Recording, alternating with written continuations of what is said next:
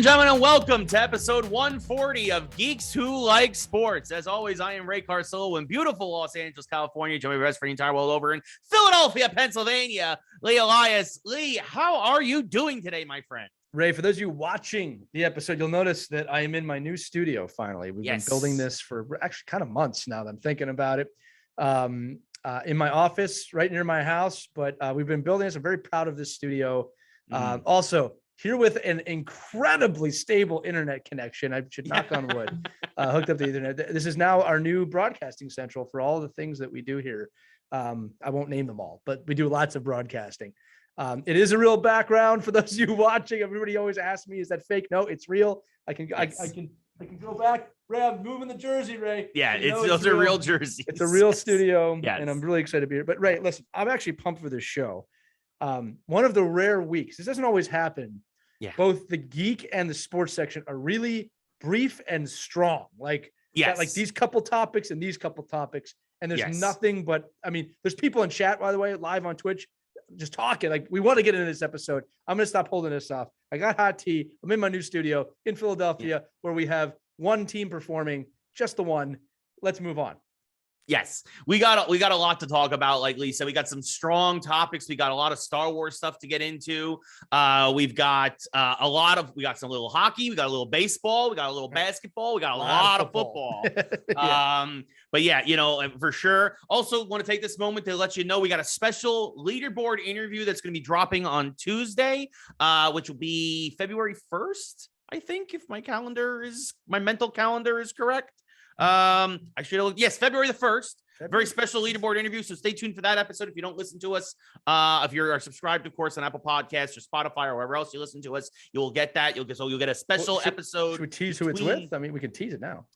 We could tease it. We talked to Brian Fanzo of NFT 365 and Kevin Smith. Not that Kevin Smith, not Clerks Kevin Smith, professional baseball player, Toronto Blue Jays shortstop Kevin Smith, who made his Major League Baseball debut last year. It's a really interesting episode. I really think you guys are going to actually really enjoy it. We talk baseball, we talk football, we talk NFTs, we talk about the future of all that stuff. Yeah, I think it's a really fascinating episode. I think you guys are actually going to really, really enjoy it.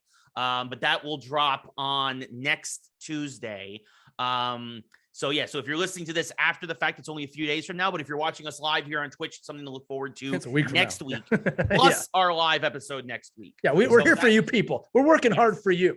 That's what we do because we love you guys. Yes. So we got a lot going on there. But getting into it now with the episode, we're getting right into Star Wars, of course, one of our favorite shows. I'm not going to lie. I think it was a bit of it was a bit of a weaker episode, in my opinion. I think it was a weaker episode. But Book of Boba Fett, episode 4, The Gathering Storm.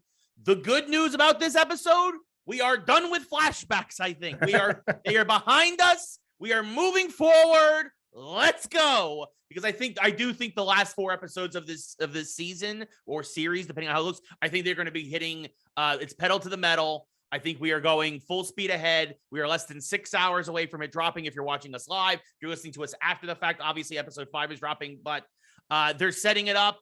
I believe we're going to get Mando, if not tonight, definitely very, very shortly after tonight. I think that and Boba is going to go full badass again. We are ready to go. He is building his mob family. Lee, what are your thoughts on episode 4 and where we're going with Boba Fett? Ray, you made that sound like a WWE promo. It was awesome. My God, Boba Fett! It's Boba Fett! My God, he's got the fire spray because they renamed the Slave One. You're talking about Mando. PC. Oh, you didn't know? Your bounty hunter better call somebody. Ladies and gentlemen, from Tatooine, Boba Fett and Din Djarin. Okay, the new age bounty hunters. Oh man, that was worth our weight in gold right there. And if you're not down with Boba Fett, we got two words for ya. Dank Farrick. Yes. No disintegration. No disintegrations. No disintegrations. All right. Let's talk about this episode. So it's very clear that the show is going to be split into 2 halves. First 4, last 4. I said last week that episode 3, I think, was the end of Act 1. And I think it was. And this is setting up everything. This episode clearly sets up the future. Again, we're not going to do a full recap. If you want to watch our full recap, check us out, streamlounge.io. You can actually watch the episode back with us, recorded. We do this every week, every Friday night, and really enjoy 5 it. p.m. Again. Pacific, 8 p.m. Eastern. Yeah, check that out, streamlounge.io. There were some fun things in this episode of Boba Fett setting up this. Okay, I'm going to take over Tatooine's crime families and seeing where they're going to go. Look, the big reveals in this episode, the big thing was at the end. Fennec says we need help, and they just clearly play the Mandalorian theme song. So Boba Fett is going to find Din again. I don't know on which episode, but Ray, it brings up a bigger point. The thing that I'm excited about, and if anybody in chat listening to this live has any questions about this specific episode, talk about. But I want to dive into this more. I think it is insanely clear that they are building a Mandoverse in Disney Plus. If we know the shows that are coming out, you have Boba Fett, you have the Mandalorian, you have Ahsoka, right? Yeah. You have Bo-Katan. They are building a Marvel-esque universe in Star Wars, and I could not be more excited. And some of the characters they've named, Ray, Grand Admiral Thrawn, Mandalore is a place, obviously, right? The Darksaber, Boba Fett. We know that there's a storyline there too with the Mandalorians. You guys remember that Bo-Katan said you're a disgrace to your armor. What does that mean? Yeah, right. Then this show, Boba Fett, because Black Chrysanthemum's in it, we know that's going to be part of Obi-Wan. Yes, there is so many connecting points happening right now in Star Wars. I couldn't be happier. And then these idiots go online. These idiots, right? I saw an article the other day. It was like, they have a Tatooine problem. Too much is taking place on Tatooine. Shut up! Just shut up, you idiots! Who is anybody here or listening to this upset about the location? Shut up! Yeah. I don't need to go to 50 planets.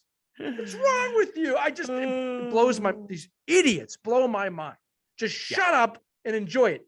Your criticisms of any of the episodes are not like, I don't like it because there's sand and I don't like sand. No, your criticisms are like, oh, that's not the direction I would have gone. I'm critiquing it. Yeah, that's pacing, fine. Things like that, like too many flashbacks. My God, people. Dang, Farrick. Anyway, we're getting a Mandoverse. I'm very happy as a Star Wars fan. I really am. And again, I didn't have any. It was a little bit of a slower episode. I'll give you that. And the key takeaways was just like you said, the end of flashbacks. He finds Fennec. We see how he brings her back again. We had more how she gets modded and how he saves her. Right. I think I said this on last week's episode, people complaining about the modders. Darth Vader was modded, General Grievous was modded. I think the best part of the entire episode was when they stormed Jabba's palace to get the fire spray gunship, which Ray's going to talk about in a minute. But I love the chef droid doing the General Grievous fight. That was actually really funny to me. I'm glad they did that. They had probably heard the legends of Grievous, and the droid probably thought it could do it, and then just got his head cut off. Yeah, by Fennec from behind. But let's keep talking on this episode. And then I have one non-Boba Fett Star Wars thing I just wanted to bring up that I found interesting. I just didn't. I want to say that now so we don't forget. But go ahead, Ray. Let's talk. No, about I mean, mentioned a couple of folks spray. have mentioned Black Chrysanthemum in chat, and so I want to focus on him for a second. Right, like Lee said, like you said, Lee. He's gonna be back big time. They're obviously setting up his past a bit, and possibly in the Obi-Wan show. They mention him fighting as a gladiator in the pits and everything. Yes. You have to imagine they're going to go back. Will see. I'm going to call it right now. We will see that. Yeah, I think we will see that. And I think we will then see what we saw in the comics, which is him fight Obi-Wan. And that's going to be his path out of that gladiatorial role of his. But also, and how he gets his scar. That's another. Yes, and how he gets his scar. And I am glad to see that they did kind of rectify one of the question marks in episode 3. He does now work for Boba. Boba, one of the best scenes, finally started to really show his power as a mob boss. He gathers the other bosses of Mos Espa, and they have dinner. And they're like, basically like, why should we listen to you? And they don't realize that he set the table up above his Rancor pit, his chair, of course, conveniently off the pit. And suddenly everybody realized how much he meant business. Right. But it does look like that they're setting up a war between Boba and the Pikes. What other crime syndicates are going to build into this? Obviously, there's the Crimson Dawn. There's the Black Sun. There's other crime syndicates that we've seen over the years. There's still a chance the Hutts come back at some point. Although if they do, I don't think it won't be till the very end of this series. I agree. But I'll make a prediction right now that all of the bosses on Tatooine will betray him. Mm-hmm. He will take over the Tatooine crime syndicate, and that's going to get Kira's attention from the Crimson Dawn. That actually is starting to make a lot more sense to me now. If she's not back in the show, it's a major mistake by Disney. Emilia Clarke, obviously from Game of Thrones, who appeared in Solo. But yeah, Ray, you said it like I'm enjoying this series. I again too. I think I mentioned this on the live stream, that it's one of those things of, if we could binge this show, it would be totally different. Like it would be so enjoyable. And I think when we can binge it, it's going to make it a lot better for some people. But I'm enjoying it. I built the Lego Boba Fett head in 4 episodes. I got nothing to build now. I'm going to actually have to watch them. But no, the Black Chrysanthemum thing is awesome. I also love the scene in Mos Espa where he does rip the arms off a Trandoshan. And what I like about that, Ray, is that there's a really convincing kind of like, hey, don't do that. And Chewie would have put the man down. But I love that they were like, this isn't Chewbacca. This is a very angry Wookiee, and he rips his arm off. And I was like, yes. And then obviously, not to mention Wookiees and Trandoshans are kind of like mortal enemies anyway. Right. So And I'm going to say this again. Episode ended with obvious we're going to find Din Djarin, the Mandalorian. Don't know. I do not know what episode it's going to be in. Ray's right. Sometimes they do that right away. Sometimes you have to wait. But it's also kind of a return favor, isn't it? This is kind of the opposite of the Mandalorian season 2 when Boba Fett found him. Yeah, no, for sure. Definitely Din owes Boba, and I think Boba's going to call collect. Darkstroke in chat says, we have to address this. He says, Boba Fett needs to work on his fighting. He's always getting his butt kicked. Here's the thing. It's a misnomer that he's an amazing fighter. That has never been part of his repertoire. He's always been a tech and weapons guy. Flamethrowers, rocket launchers, the jetpack. He was beaten pretty easily by Han Solo. I mean, you guys got to remember, like Boba Fett was never that type of bounty hunter. He was always just one step ahead. So the fighting thing, number one, has never been an aspect of his character. Number two, he was extremely injured. Like one of the things that I've been actually, I put this on our geek page. I was actually researching Sarlacc anatomy, which I'm not ashamed to say at all, but I don't think people realize how weakened he was out of the Sarlacc pit. He was near death. He only just got back to 100% at the end of episode 4. 6 years later. That's a great point. It took him 6 years to get to 100%. So a lot of this stuff actually makes sense if you think about it. I'm not defending. I'm just saying it's part of the story. So I wanted to address it. Darkstroke, it's a great comment, a great question, but I hope I've made a good point there, because if you can name the great Boba Fett fights in Star Wars, which there aren't any that you know, he's just always, and same thing with Django. Django was always one step. Django sucked at fighting. He just head chopped off. You know? Yeah, which by the way, I love that Tamura, I don't know if you've seen these on TikTok, Tamura Morrison and Ming-Na Wen doing like Star Wars, like those trivia, like those personality tests on Facebook. Right. And it's like, what color lightsaber are you? And like, I think Ming-Na Wen got purple, and he's just like, I hate purple. Like, it was funny. Yeah, because obviously referencing when he played Django all those years ago. It's funny. But yeah, but yeah, no, no, for sure. It is they're doing great with what I think, how they're building him up. I mean, I do know that Boba, look, Boba did kick the crap out of a lot of stormtroopers in Mando season 2, but those are also stormtroopers. And again, even there, he also used a lot of tech. He also has used armor on. Yes. He hasn't his armor for most of the show. Anytime he gets his butt kicked in the show, he doesn't really have his armor on. That's also true. Yeah. Black Chrysanthemum kicked the crap out of him, but he was asleep in the back of the tank. He got caught him unawares. So, but other thing we do need to talk about, you mentioned the Sarlacc pit. Boba goes and gets his revenge on a few things this episode in the flashbacks, including kind of unintentional. I thought he was going to go to the Sarlacc pit and just bomb it. He was just going to drop the seismic charge. That is eventually what happens. That was like one minor thing, like Lee said, is that if I would have done it differently, I would have just had him go there and had a real badass moment where he just literally hovers above it and kind of like flips it off. It would have been just says dank Farrick and drops the charge or something. It would have been fine for me if he just flew over it and you saw like no music, just the sonic charge drop in there. Blang! Like that's everyone's favorite Star Wars sound. But as I said on the live stream, Ray, I think that they did it because I think it was either Favreau or Filoni or somebody said, look, I want my chance at the Sarlacc. And I don't think they did a bad job. The excuse was mildly weak. I'll give you that. But I love the fact that they show how powerful the Sarlacc is, and that it is a beast, right? Yeah. My gripe with that scene actually isn't that they did it. It's that now you have this Sarlacc that can pull a starship down, but couldn't get Lando down. Or maybe it was distracted. That's a little weird. Like, Lando's like a plastic toy compared to that fire spray. Right. No, exactly. So, it should have been able to just go whoop. But it again, little minor continuity I thing. can see much better now. Yeah, little minor continuity thing. But yeah, no, I think, and he also mentioned it is now called the fire spray. Of course, we grew up with it being called the Slave One. Yeah. It is no longer, we've half joked for a while now that we didn't know this news. We just called it Boba Fett's starship. Yeah. And it is official now, official in canon. It is called the fire spray. For those of you who don't know, this is kind of a legend expanded universe thing that was actually introduced in the video game Star Wars Bounty Hunter for the GameCube and the PS2 way back in the day, where it was kind of like it was kind of building up Django and where he came from and how he came to be. And basically, these were experimental police cruisers. They were called 31 class patrol gunships from the Kuwait Systems Engineering, which of course is one of the big shipyards in Star Wars. You always hear about Kuwait engines and Star hyperdrives and all other stuff. And then they were called the Fire Spray 31 class patrol gunship, which of course Django steals one, destroys the other 5 prototypes so that he has literally a one of one. And then rides off with it, and Kuwait can't recreate it. Because it was called the Fire Spray gunship, they are just calling it the Fire Spray now. That is the official name. I'm glad it's not just called Boba Fett Starship anymore. Fire Spray is not a terrible name for a starship. But yeah, okay, fine. Retconning. Okay.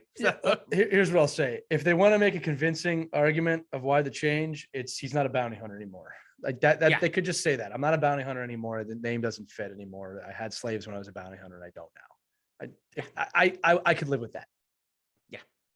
Yeah. So just yeah, for sure. So moving on now we're gonna come back to Star Wars. But speaking of streaming television shows, we go from Book of Boba Fett. We go from Disney Plus to Paramount Plus. Paramount Plus, a terrible streaming service. Absolutely hate it.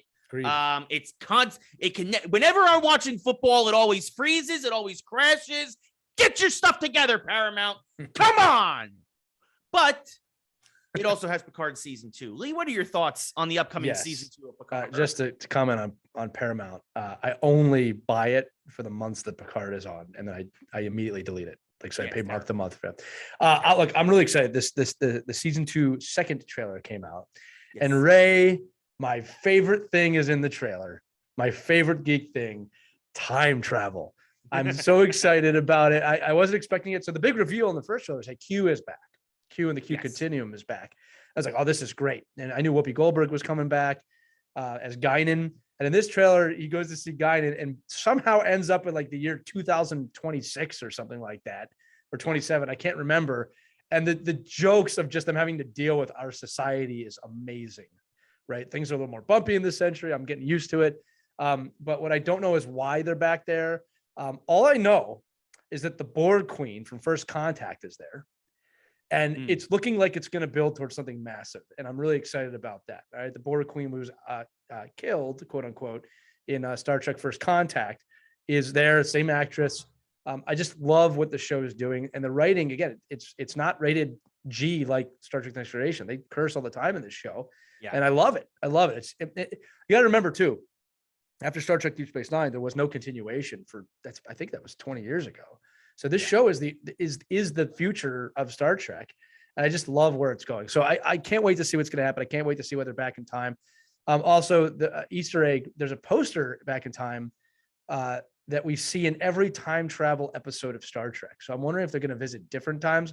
And I'm wondering if some this is a kind of an out there thing, but they've done this before.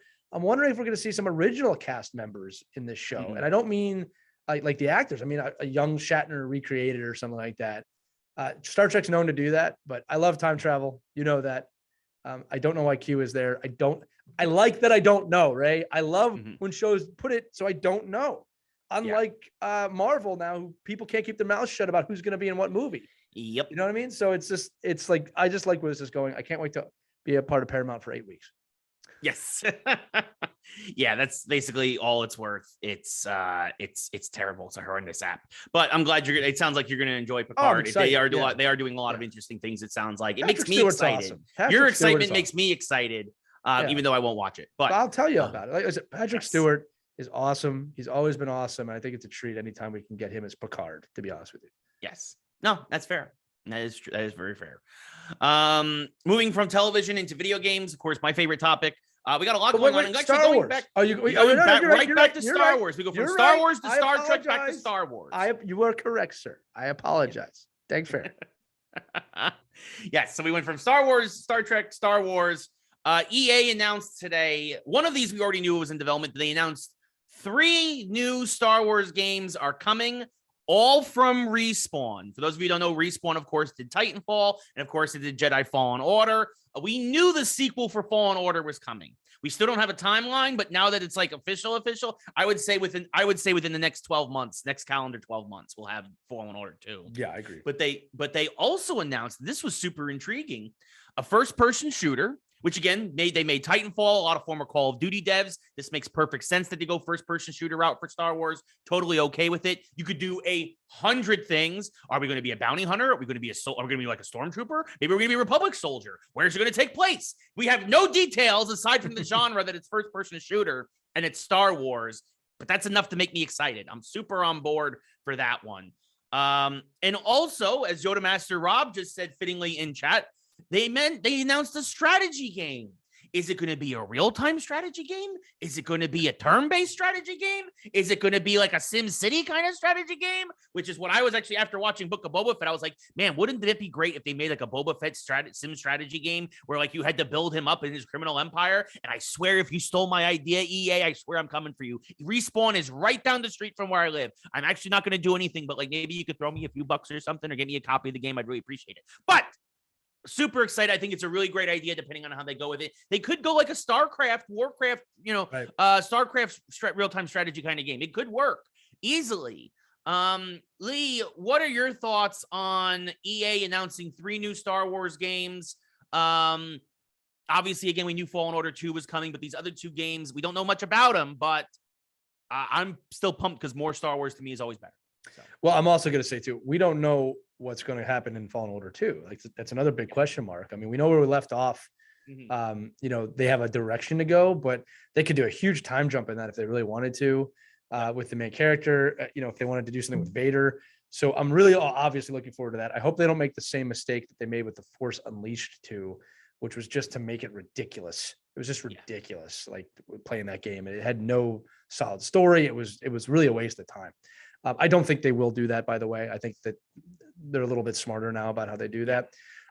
Strategy game. It reminds me actually, Ray, of like the mid-90s strategy games they used to have for Star Wars. I really enjoyed them at the time.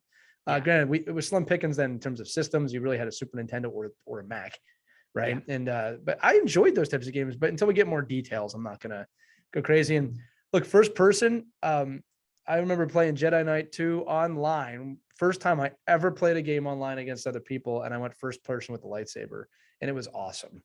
It was awesome. And that was basically, you had 3 buttons. It was swing, block, and jump.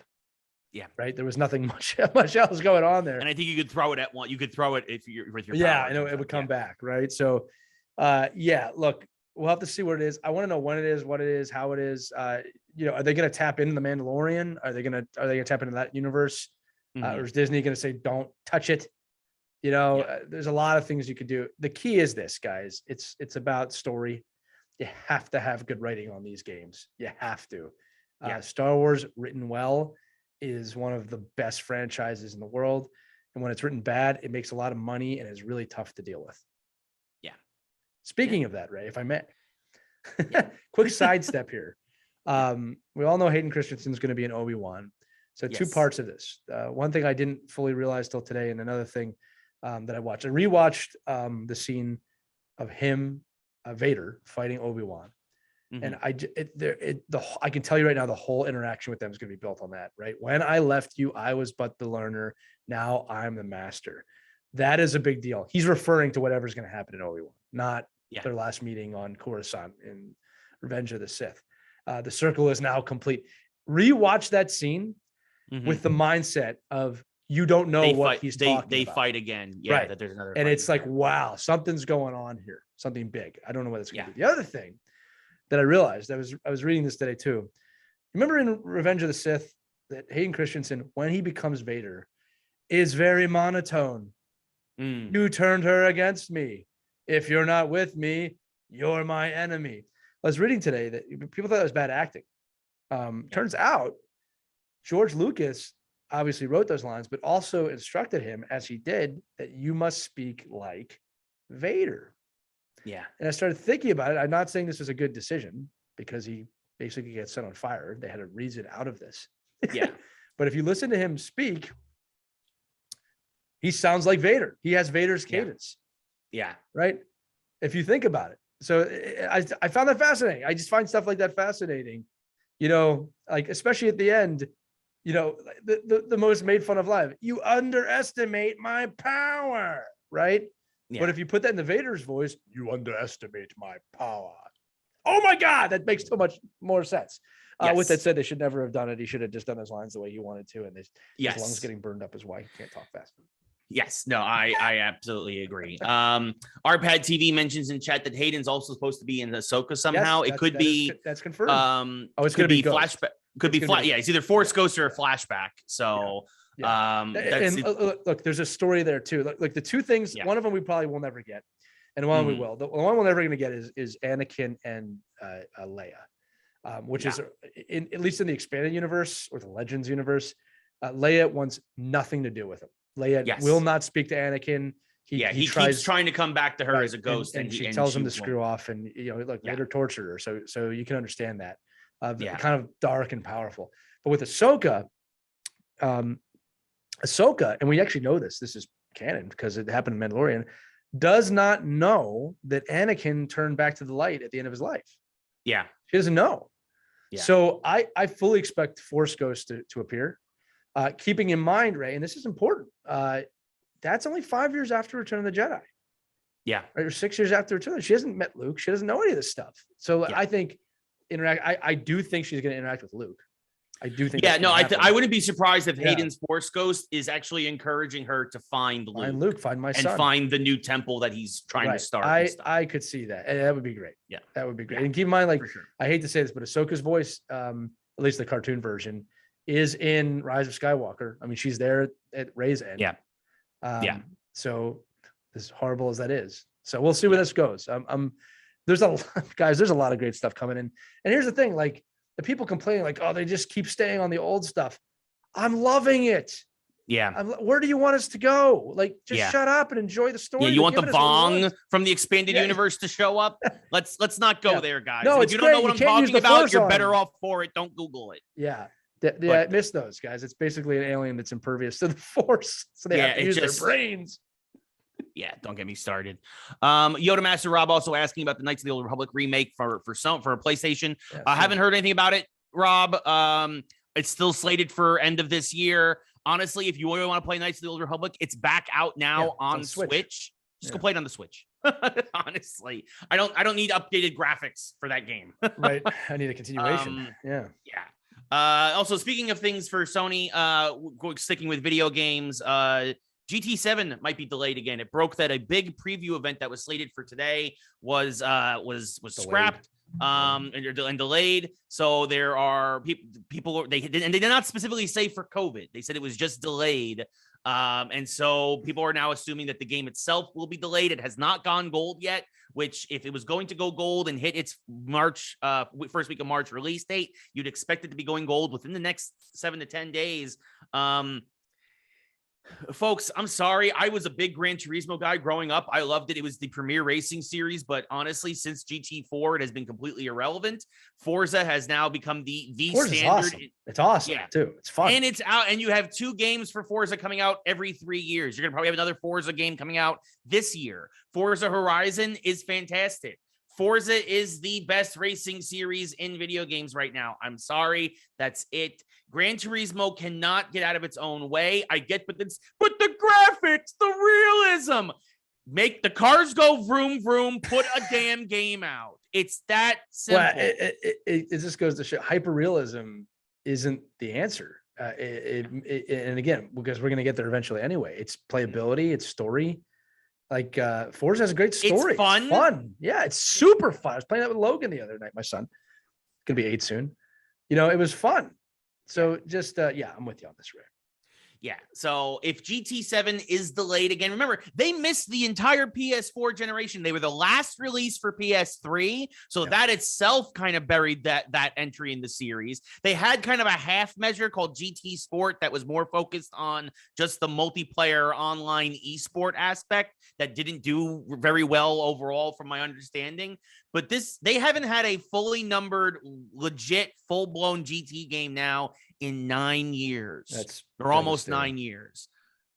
That shouldn't happen. If they don't get this game out soon, to me, the series is basically already dead. Like there's nothing they could do now at this point to even come close to threatening Forza. Think about that. Forza has put out a dozen games since the last GT. I'm sorry. That's embarrassing. Yeah.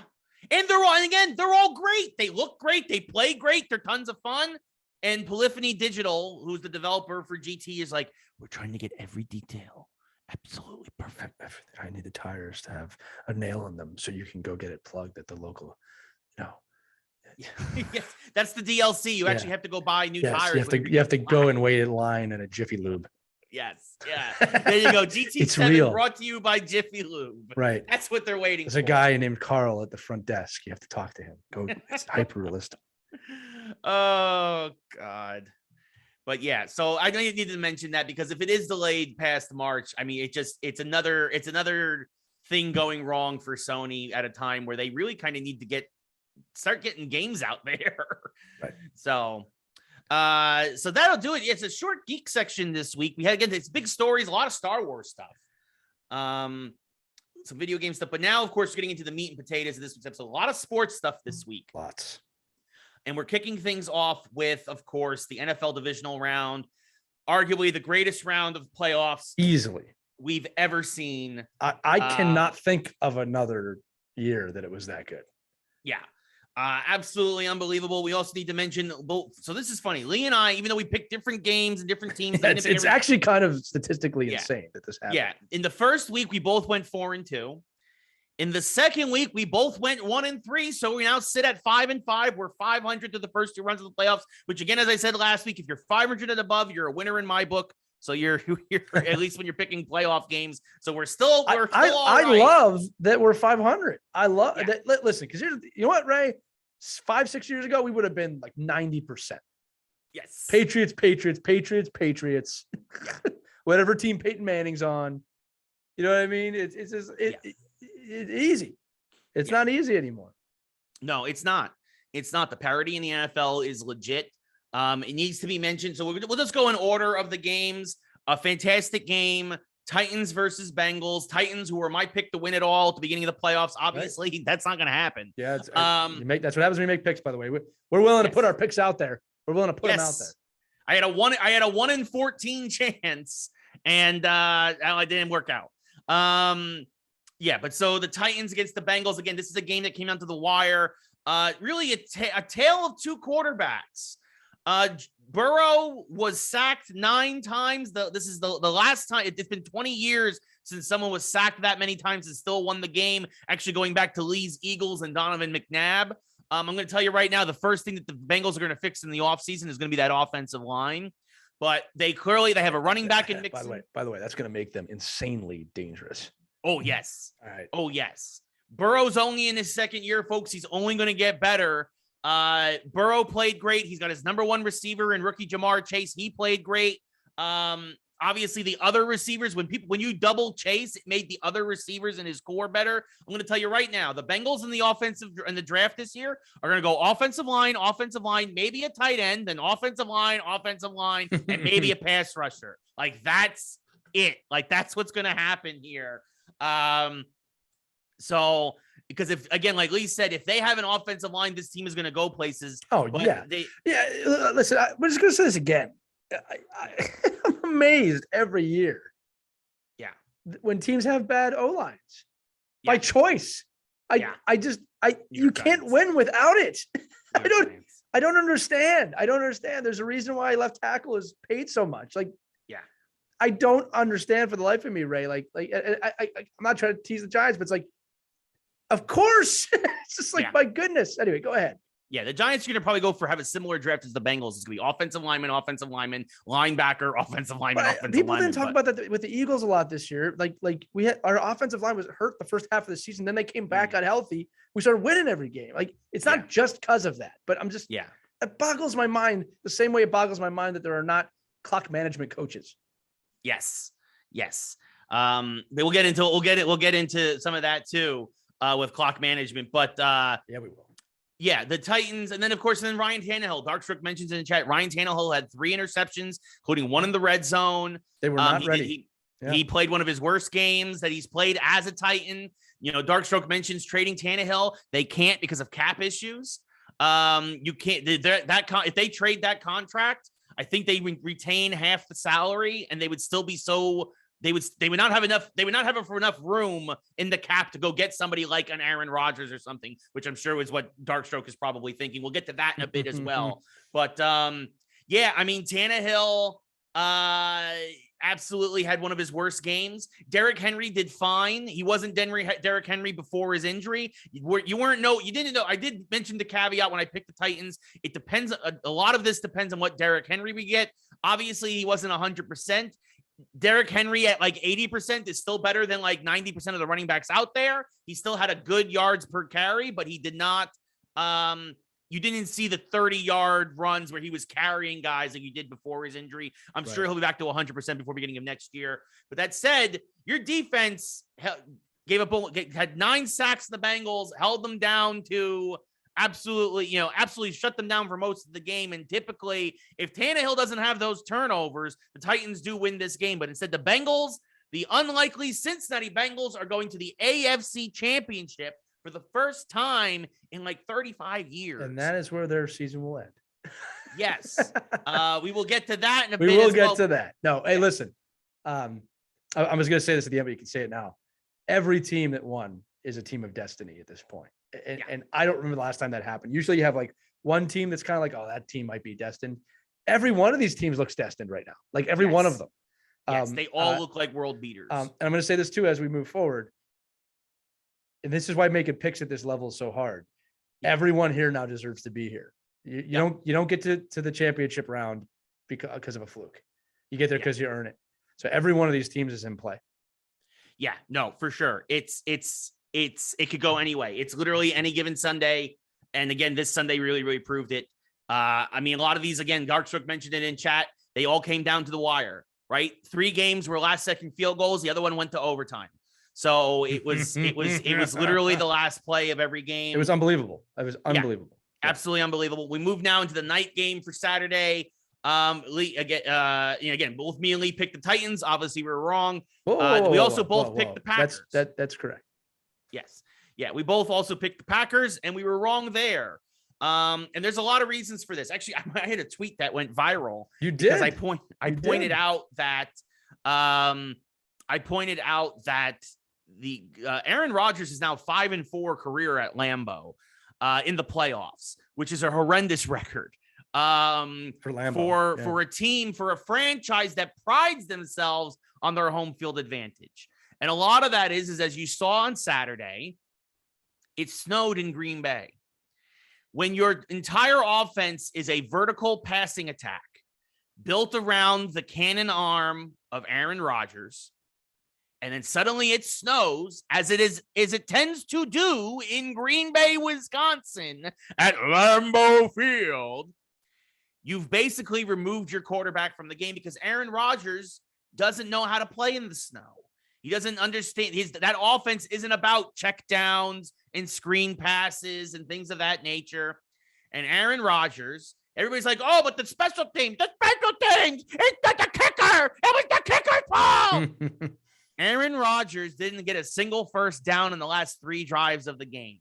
Yeah, that offense. That's not clutch. Yeah, that offense put up only 10 points. And yes, they did have a field goal blocked. I get that. They still Still should. Arpad TV says he should have asked Joe Rogan how to play in the snow. A fun jab there for not getting a jab. But basically, there's a lot more of the blame goes on the play calling and on the offense and the quarterback than it does on the punter, who was backed up into his own end zone, by the way, because Aaron Rodgers couldn't move the ball and the running game couldn't move the ball. And again, some credit to the Niners defense. But if you're the league MVP and you're the best quarterback in the game and all this other stuff, and you're like, I'm a gunslinger just like Brett Favre, then guess what, cheeseheads? You should have been able to get 10 yards and move the chains. And look, 3 of the other quarterbacks did it. Actually, no, more than 3. Yeah. Like 4 of them. 4 of the other quarterbacks in the games did this. 5 of them. You really think of it. Yeah, no. Every quarterback in the other games outside these 2, if I'm not mistaken, Ray, both quarterbacks had last second drives to get them into the game.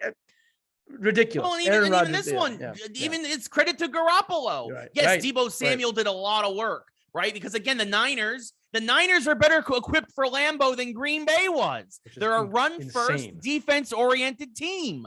And also credit to Jimmy G. A lot of folks are, but his numbers were terrible. It's like Jimmy G also had 6 drops that game from his receivers. Again, partially because of the snow, but it's also kind of frustrating when you're a quarterback and you hit a guy in the numbers and they drop it. Craig Kittle had a touchdown early, literally go right through his hands. I'm just going to say this again. The special team argument has some weight. It does. It holds. Oh, yeah, they're the worst special teams in football. Yeah, and that it was a flaw. Was it the fatal flaw? Maybe. But the game was the culmination of everything that happens. They didn't show up to play in their own field. Yeah. That's why you lost the game. It's not just on the punter. Yeah. No, it never is, to be fair. No. All right. So yeah, like I do think teams should spend more time and use draft picks on kickers. I'm a believer in that. Yeah. But it's the culmination of all things. Aaron Rodgers had big plays to make, he didn't make them. And that's on the whole offense, to be fair. Yeah. All right. Every other quarterback made banged up. Their running back didn't make any plays. Nobody made plays for Green Bay. It's not just on the punter. Every other quarterback made big plays this weekend. Yeah. And I get that his toe is bothering him. His toe is so painful because he's Aaron Rodgers. Could have scrambled for a first down. No. Like, did you see, again, we're going to get into it, but like, especially with like I get it wasn't snowing in Kansas City, but when you saw what Patrick Mahomes and Josh Allen was doing, I know that Aaron Rodgers is 38 now. Yeah. The main event. You mean the main event? I know exactly. The main event. If this was I said it, that football game is like when wrestling fans chant "Fight Forever." Right. That was what that football game was between Kansas City and Buffalo. But we will get to it. But look, congrats to the Niners. They are going to be a hard out. They are going to be amped up. They are going to go into LA with half of their fans because LA capitulated and basically realized they weren't going to make any money because nobody in LA would be caught at a Rams game. A dumb move. I don't know why they did it. I know why they did it, but I wouldn't. That's. I don't like that in any stadium. No, and now you're going to have more Niner fans go just to because they're pissed off that you tried to do that. It backfires. Like I understand if you want to hold tickets off for like a week, but no, it's. Where are the Rams fans at? And don't say St. Louis. I was just there they are. Yeah. They're going to be the most hurt if the Rams continue. I mean, look, the sad fact of the matter is that the Rams were left LA 30 years ago, and that you had a whole generation without professional football in LA. It's going to take a while for it to come back. I don't care how good the Rams are. I don't care how good the Chargers are, who never should have left San Diego to begin with because they spent their whole freaking history there. Right. I'm sorry, folks. I went to the Giants versus Chargers. There were just as many Giants fans there as there were Charger fans. And it's the same with the Rams games. I know a lot of fans who have gone to Rams games and are like I had a friend who was an Eagles fan who went there, I think last year or 2 years ago. And he was like, it was like an Eagles home game. You thought you were at Old Veterans Stadium. We were ready to start throwing stuff on the field. It was great. That's what we do. Like just like Dallas fans. You're one of us, Cowboys. You ain't special. Man. Oh, one of Where's us. your moral high ground now, Dallas? Sorry, dude. Dallas, deal with it. You got to deal with it. But yeah, I mean, so congrats to the Niners moving on. A lot of folks are comparing this Niner team to the Giants of 07, 08 that went on the road every game and basically won with defense and the run game. And Eli making some plays, of course, the helmet catch. Totally earned it. Everything they got that year. So it will be interesting to see how far this Niner team can go. But as we mentioned, they're going to have to go into LA as the Rams went down to Tampa. And I thought we were going to have a 28-3 scenario on our hands again, folks, because it came real close. The Rams looked like they got cocky, looked like they rested on their laurels, and then they fumbled the ball 4 times, which I've never seen a team fumble the ball that much. And they let Tom freaking Brady back into it. They were lucky that Matthew Stafford. Yes.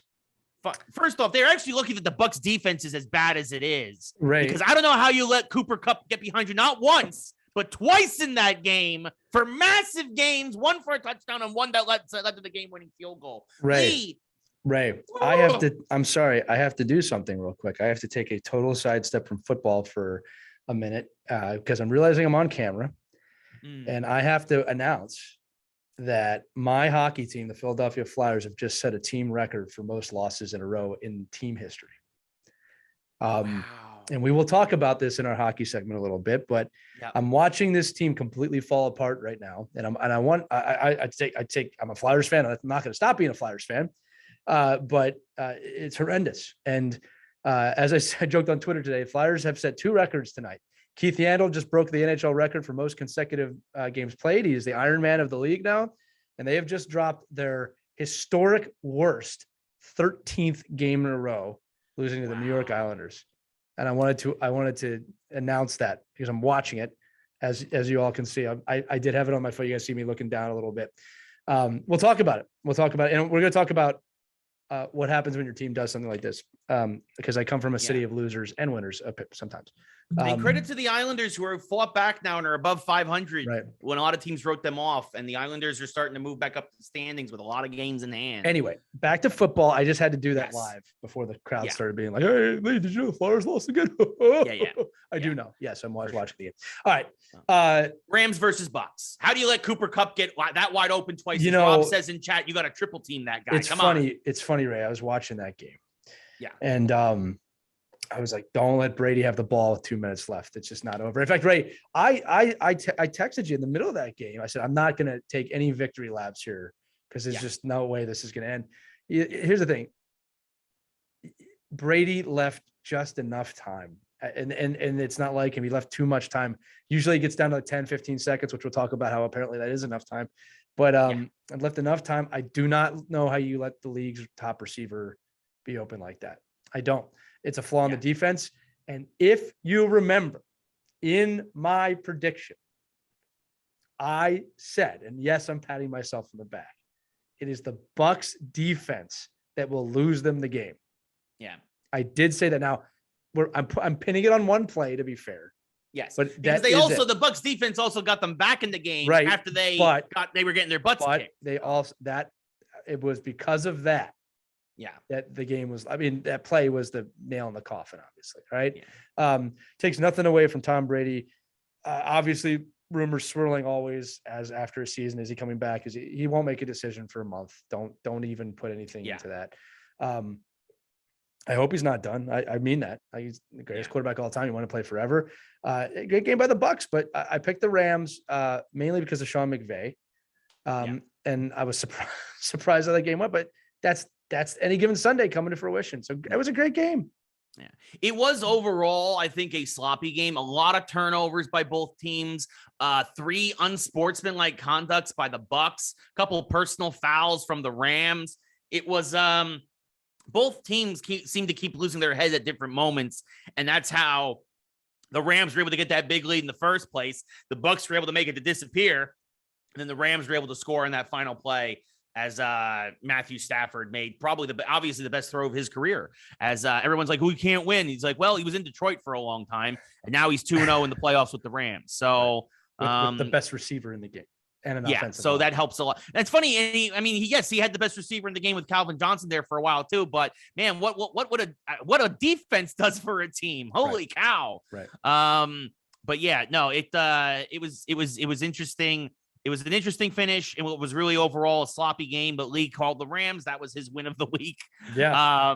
I thought the Bucs were going to win, and at the end, it got close there at the end. Again, they tied it at 27. And that's great. That's like we said it, Ray. The picks that we did get could have gone. All of them could have went all either way. Yeah. Again, they were all field goal games except for the last one that went in overtime, which brings us now to the game of the week, the game of the decade. Honestly, that's fair. With a horrible ending. Yeah, which again, there's a couple of bigger things we're going to talk about here with like where does Aaron Rodgers go after this? Should the NFL change its overtime rules? But yes. There's your answer. Yes, which we've talked about before here on the show. But in a way, the Chiefs got revenge for basically losing the AFC Championship 3 years ago on a coin toss. The Chiefs, there were 5 lead changes, I think, in the last 2 minutes. Josh Allen, Patrick Mahomes both put on clinics. They absolutely carved up the opposing defenses. And again, it was one of those scenarios where whoever won the coin toss in overtime was going to win because the defenses were spent. You can argue now, going back to Lee's point about a time management coach, should the Bills have kicked that kickoff inbounds to kill time on the clock when you had 13 seconds left? Maybe. Hindsight. 2020. Yeah. You also don't think your defense is going to give up 45 yards in 13 seconds. I mean, if I'm not mistaken, I swear to you, I'm not trying to poke you, but I think the Giants made that mistake one year. If they didn't, it was against the Eagles. Yeah, it was against the Eagles on December 19th. Yeah. 2010, because it was the day after my wedding at Miracle at the Meadowlands. I'm really not trying to make fun of you here, but the opposite. He kicked it inbounds. The guy Jackson ran it all the way back. Yeah, I know. So it's like hindsight's 2020 on these things. You can't look at it like that. Yeah. Sorry, Ray. Every time I say, "Oh my God, yeah, that was that game." But you have more Super Bowls than I do, so relax. That's true. That's fair. Darkstroke mentions Josh Allen versus Mahomes is going to be Payton versus Brady. Yeah, it's gonna probably turn into that. And then Josh Allen is like, "Oh man, I'm Payton. He'll win eventually." But I love that Mahomes said to him, like, "I will see you again. I will see you again and again." Anyway, he said, "We're going to do this for a long time." I think that's we're going to. So it's Batman and the Joker. We're going to do this forever. Right. I love it. I love it. Yeah. And Joe Burrow will probably be the new Ben Roethlisberger as the guy who's, when those two aren't there, he's like, "Oh, it's my turn." Hey. Okay. So honestly, I think Burrow's it's good. That's going to be those will be great battles. And we're going to see another one. Burrow versus Mahomes in the regular season was great, much like Allen versus Mahomes was. We had a rematch here in the playoffs, so that was even better. I hope we can somehow have an even better AFC Championship game, but I don't think we will. And then Ray mentions in chat, Arpad TV, Peyton is one of the 3 best quarterbacks in his family. Yes, the 3 quarterbacks in his family. So his nephew comes up, right? Watch out. Yes. And Darkstroke mentions the Leslie Frazier for the defensive coordinator for the Bills probably lost his chance of becoming a head coach. That's possible. I know the Giants interviewed him. I hope the Giants do not hire unlikely. Leslie Frazier. If they're basing his credentials on that game, you want to hire him. Like I would if the Giants don't pick someone over one play, they're going to keep losing for a while. Well, the thing is, honestly, I do legitimately believe there are better head coaching candidates out there than Leslie Frazier, including on his own team. Dable, the offensive coordinator for Buffalo. I'd rather have the offensive coordinator than the defensive coordinator for Buffalo. But that's just me. We can get into that topic too, because the Giants obviously in the midst of the head coach, and also Sean Payton is now out there, as he's quit the Saints. But we'll get into that. We still want to finish talking about this game, Lee. I mean, unbelievable. I mean, we just talked about the last 2 minutes, honestly. I mean, this game was back and forth. That's all that's worth talking about. Absolutely phenomenal. It just, these two teams were so ready for each other. They gave us an all-time classic, and it's a shame that it came down to the worst overtime rule in professional sports. Listen, all right, let's just talk about the last 2 minutes. Incredible, just heroic level stuff by Allen and Mahomes. I mean, 13 seconds left on the clock. Mahomes goes down the field in 10 seconds. Famous football quote now forever: "When things are grim, be the grim reaper." That's an incredible Andy Reid moment. Somehow, as I said, clock management didn't bite him in the butt. Somehow, I mean, like the biggest turnaround. He had all his timeouts ready to go. Yeah, I mean, unbelievable situation. And then I love the Kelsey and Mahomes of just backyard football. I'm just going to get open, throw me the ball. Yeah. Ray, I gotta say this. The head coach let his players play the game. Yeah. And what happened? They won the game. Yes. And amazing. Don't coach your players out of a win. I'm telling you, when things are grim, be the Grim Reaper. Patrick, go do what you got to do. Yeah. That's correct coaching. Yeah. That's correct. Yeah. I'm trying not to curse right now. I'm turning into Coach Lee, and it's taking everything I have not to drop an F-bomb right now. Yeah. That's coaching. You let your players play the game. Now, overtime. Did the Bills lose on the coin toss? No, they did not. Did the coin toss heavily influence the outcome of the game? Yes, it did. I refuse as a coach and as an athlete to blame any one moment on a win or a loss. This game makes it insanely hard because it was so evenly matched. Yeah. Okay. But I could pick to 4 or 5 moments in that game. Like, don't let a team go down the field in 10 seconds. Like, there's a lot of different things I could pick here. All right. The culmination of the game. But it is a disservice to the fan base and the athletes that Allen had a game like that and was not allowed to even have a chance in overtime. Yeah. It's a crime. I don't understand the rule. I don't understand the logic behind the rule. There's no reason why the NFL should not be doing what every other league does in these situations. And you just play until a winner's made in the sense of time. It's a fifth quarter. I know you can't have a fifth quarter. It's 10 minutes. And if nobody wins, you play another one. That's the way it is. Yeah. You do a proper fifth quarter. Yeah. Because they even said, it's like, gentlemen, it's like we're starting over. It's like, no, it's not. Yeah. It's not like you're starting over because only one team got the ball. Yeah, it's a team has an advantage. And there's been so many great suggestions. Now, the one I just said about just 10-minute periods until a winner is done. That's like a basketball. Just like NBA. Yeah, I think that's the smartest thing to do. All right, but there's some people had some other ones that they're a little out there, but there were great ideas of like, do that coin toss before the game.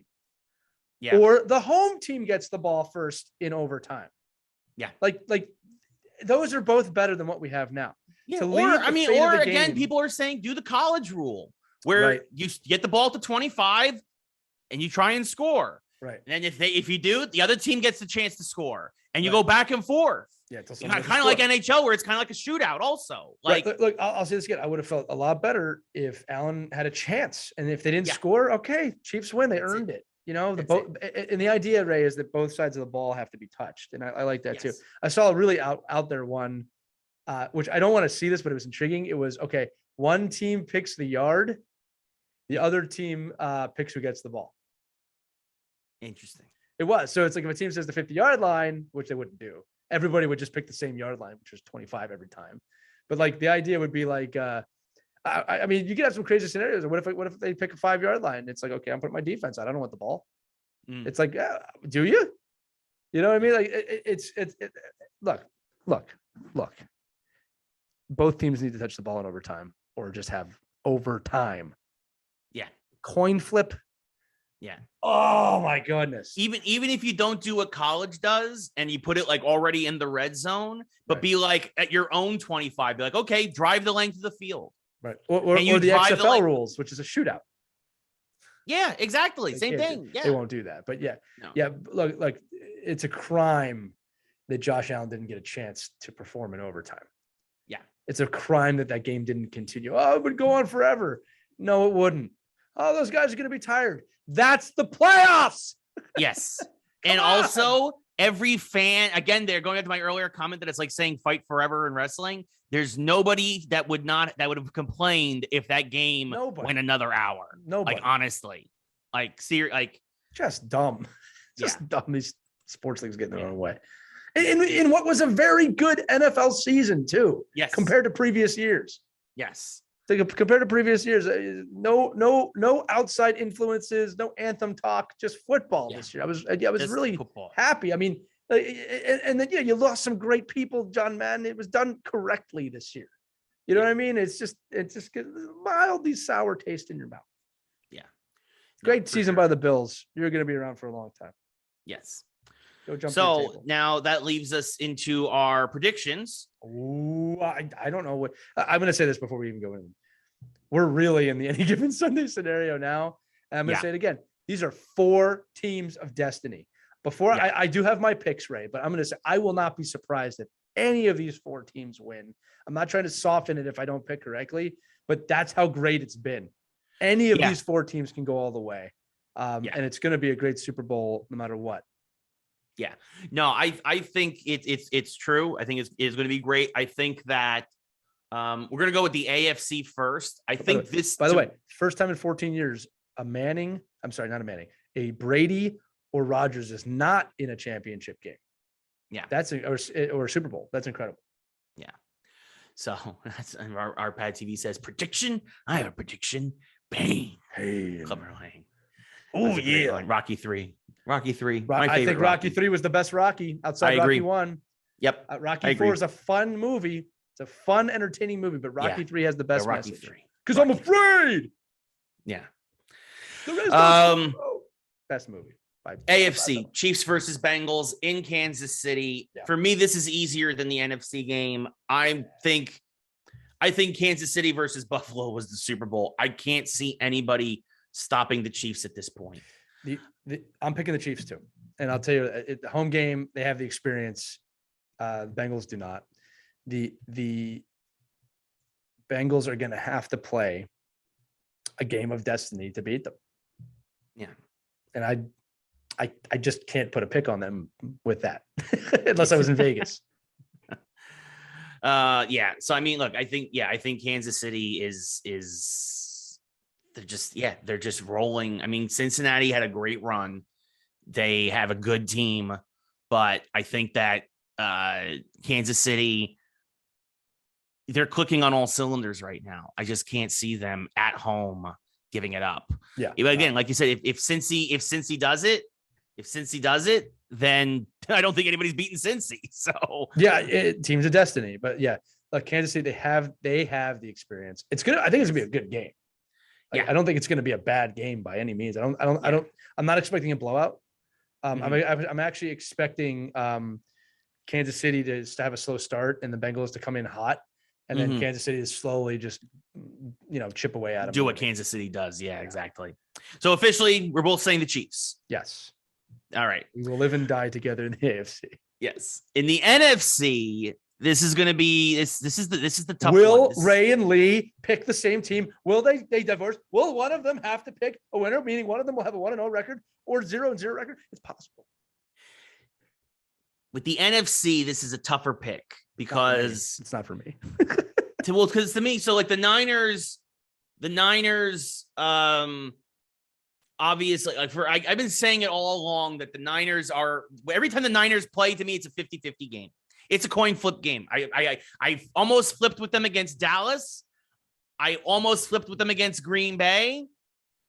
I'm almost going to flip with them against the Rams, but I'm going to stick with the Rams. Oh, there it is. I think the Rams are a better team. As long as they don't make the same stupid mistakes they made against Tampa Bay and then got bailed out by the mistakes Tampa made. Because I will say that I don't think the Niners are going to make mistakes. And I think that as long as the Rams play a relatively clean game, they are obviously a far more talented team. Their defense is a little better. Obviously, they have the better quarterback and the better receivers. I know Deebo Samuel is an X factor, but I think that I think the Rams are going to win at home, and a part of LA will burn down again because anytime LA wins anything, something burns. So, but thankfully it won't all burn like if they win the Super Bowl, because I don't think they're going to. I think the Chiefs are going all the way at this point, but I'm picking the Rams for the NFC Championship. Lee? Ray, I'm picking the frickin' Rams as well. I'm picking them. But I'm picking the Rams. Look, they have more tools. They have a team that's hungry. You got to remember they were there not that long ago. I mean, I know the Niners were too, but it was a lot longer ago. Yes, it's a different Niners team that went there. I think McVay. I think that team's hungry and they want to get back. And I actually think a Rams Chiefs Super Bowl would be very good. I really believe that would be a good game. Everybody would say Chiefs, but like again, McVay lost to the Patriots. Yeah. In a game he got out coached. I would love to see what he does there, having known that. Yeah. You know what I mean? I just think that would be a very good Andy Reid McVay would be a great game. Yeah. I will say though, if the Rams also go to the Super Bowl, you're also going to get probably a lot of people from St. Louis going to be anti-Ram, right? Because again, how crazy a Super Bowl would it have been if they were still in St. Louis versus Kansas City, if they were still in St. Louis? That'd be like the Giants versus the Jets. Right. In the Super Bowl. Right. It's Mets, I think that it's Mets, Mets, Yankees, it's White Sox, Cubs, it's any team with two, again, that is going to be one of those things that's going to make this a little extra bitter, a little extra for the folks over in St. Louis who deserve a team and screw the Rams front office and their ownership group. So Chiefs Rams, that's what we're expecting for the Super Bowl. We'll make a Super Bowl prediction officially in the next couple of weeks, but I think we're both in agreement there. So me and Lee, we're living and dying together again. No, that's fine. I will walk. I will not walk next to you in the prediction purgatory, my friend. Yes. So, so we'll see how we do this week. If we both get these right, at the very least, it'll also confirm and clinch us at least a winning record for this year's playoffs. Fair. Yes, I'll take it. Yes. So hoping for that. But I mean, I just don't see the home teams losing this week. So there's our football segment for anything could happen in the new world NFL. Oh, actually, really quickly, we mentioned also briefly Sean Payton is leaving the Saints, leaves a coach opening there. So there's going to be a lot of searching for them. Sounds like he's kind of retiring, at least for the moment. A lot of talk about Aaron Rodgers wanting to be traded in the offseason. Lee, do you have any thoughts on where Aaron Rodgers goes, the big baby? The hot stove of football quarterbacks right now is so dumb. No, I don't know where he'd want to go. You got to remember, we're talking about this on the same day Antonio Brown tweeted a picture of him with a Ravens jersey on, like someone's going to pick him up again. Yeah, that's not going to happen. Yeah. So no, I don't know yet. I need to see how things, even Eagles fans like Rodgers. Oh, we could get Russell Wilson. Like we have Jalen Hurts. What's wrong with you people? I know. Stop. Yeah. He's not good enough. He didn't win the last game of the season. Neither did 31 other quarterbacks. Stop. Yeah. I will say if Tom Brady does decide to retire, which I don't think he's going to, I think he's going to play. He's going to get he's going to go for a 1-year deal and he's going to play one more year. But if Tom retires, I think Brady. Yeah. If Tom Brady retires in Tampa, I don't think he's going to. I think he's going to do one more year. How old is he? 44? I think he's 44. I just see him as a numbers guy and just I want to be 45. That's the right, I think that's what I'm saying. I think by the time next season starts, he'll be 45. I can double check that. But I think that's a nice clean. If the team is still going to be there, if he's still going to have the that's team also true. He will be 45 by week. He'll be 45 in August, so he'll be 45 right before the start of the next season. I'll say this too: if he decides to retire, he's got nothing to prove. So that's up to him. It all. That's up to him. He has done it all. Yeah. So, but if he does retire, which I think he's leaning more towards than he ever has before, I agree with that. It sounds like the statements he's making are not like seasons past, where he's like, "Oh, we'll be back. We'll be back." Like last year, "Oh, I'll be back. I'll be back." Yeah. Like this year's kind of like, I got to think about my family. I got to think about this. Yeah, he's never heard him say that. I really think this is a 50-50 thing for him, and he's really going to think about it long and hard this time. He's got plenty of time. Yeah, I think the top two teams that Rodgers might go to is either Tampa Bay or, and I feel bad for Carson Wentz, I think he might go to Indy, and then Carson would get to send Green Carson. Bay. I'm not against Carson Wentz, but he's making his own bed, man. Like you got to perform. Yep. After the Colts haven't won in Jacksonville in 7 years, and don't think that Jim Irsay, the owner of the Colts, is not happy he wasn't in the playoffs this year. That is very well known. So there's the NFL talk. Now, real quick, we're going to jump over to the NBA. The All-Star game is coming up. We did not get the official. I forgot. I didn't realize this. The All-Star voting ended a few days ago, but because the NBA still does everything by hand or whatever, because it's like 1967, I guess, they haven't released the results of the All-Star voting. But really quick, no surprise here. LeBron James is leading everybody, followed by Kevin Durant, or excuse me, followed by Steph Curry and Kevin Durant. Those are your top 3, and then Giannis is number 4. No surprise that all the fans are voting for all the superstars. That's who you want to see in the NBA All-Star game. So that's a quick update there for the NBA. And the Knicks continue to blow games in the last minute and are back now to 3 games under 500 or 2 games under 500 when they really needed to start making a run here in the second half. These stupid Knicks. Knicks are stupid. Yeah. Moving on now from basketball to hockey. I still can't believe my Knicks are so bad again. Anyway, at least I have the Rangers who won last night in a shootout.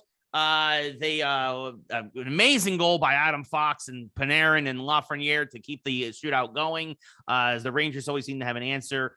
Honestly, they should have won that game in regulation. Rangers had plenty of power plays, but it was one of the few games the power play just did not click. But the Rangers continue to roll. It's going to be a really interesting finish there in the Metropolitan. Carolina is very good, obviously, right there, 2 points behind the Rangers. Pittsburgh is on a roll. They won again a couple of nights ago. I don't know what Pittsburgh did tonight or if they played tonight.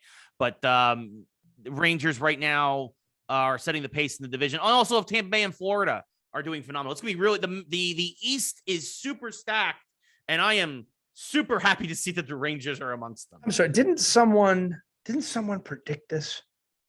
Who predicted this, right? Nobody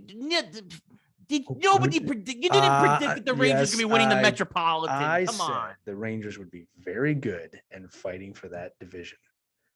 I said it.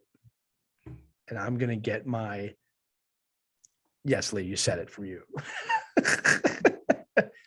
Yes, Lee, you said it. Thank you, Ray. Thank you, sir. I call the Rangers being insanely good this year, and they are. And I'm very happy for you because they look great. They are a fun team to watch. They're not just playing hockey. They are fun to watch. They are. All right. Chris Kreider has already set a career high in goals. He's got 30 now. Leading the league. Yeah. Fox, unbelievable. Yeah, play. He might win back-to-back Norris trophies. He might. They're fun to watch. The last time somebody had this many points, the Rangers defenseman had this many points at this point in the season, Brian Leach in 2000. Yeah, I didn't even have to look that up. Just knew it.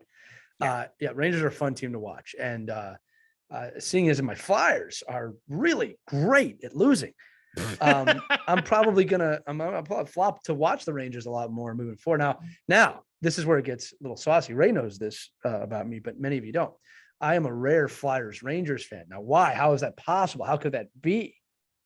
Well, I ride or die with black and orange and black. We all know that. Okay, I'm from Philadelphia. It's my childhood team. But I did work at Madison Square Garden for several years. I got involved with that team many times. I have worked with the Rangers many times. So they have a soft spot in my heart. And I'll say this, anyone who's ever worked at Madison Square Garden, ever, has an affinity for the teams from Madison Square Garden. Yes. And unfortunately, the circus once a year. But and professional bull riding once a year. Trust me, it's very weird when, and this happened, Ray. I remember one time I was working, I think it was a Knicks game. I was working at a Knicks game and I'm in the underbelly of MSG. So I had access to the full stadium. And I think it was Barnum and Bailey Circus is there. And there's elephants and animals just hanging out just downstairs. And like, you're walking around the arena, there's just elephants there. It's just like the world's most famous arena. I remember because when you were there at that, you were there at the time. I was also at I was at PLJ and then ESPN Radio, which is right 17 floors above Madison Square Garden. It's the office building.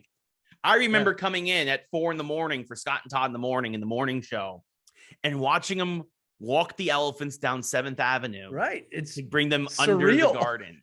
It's unbelievable.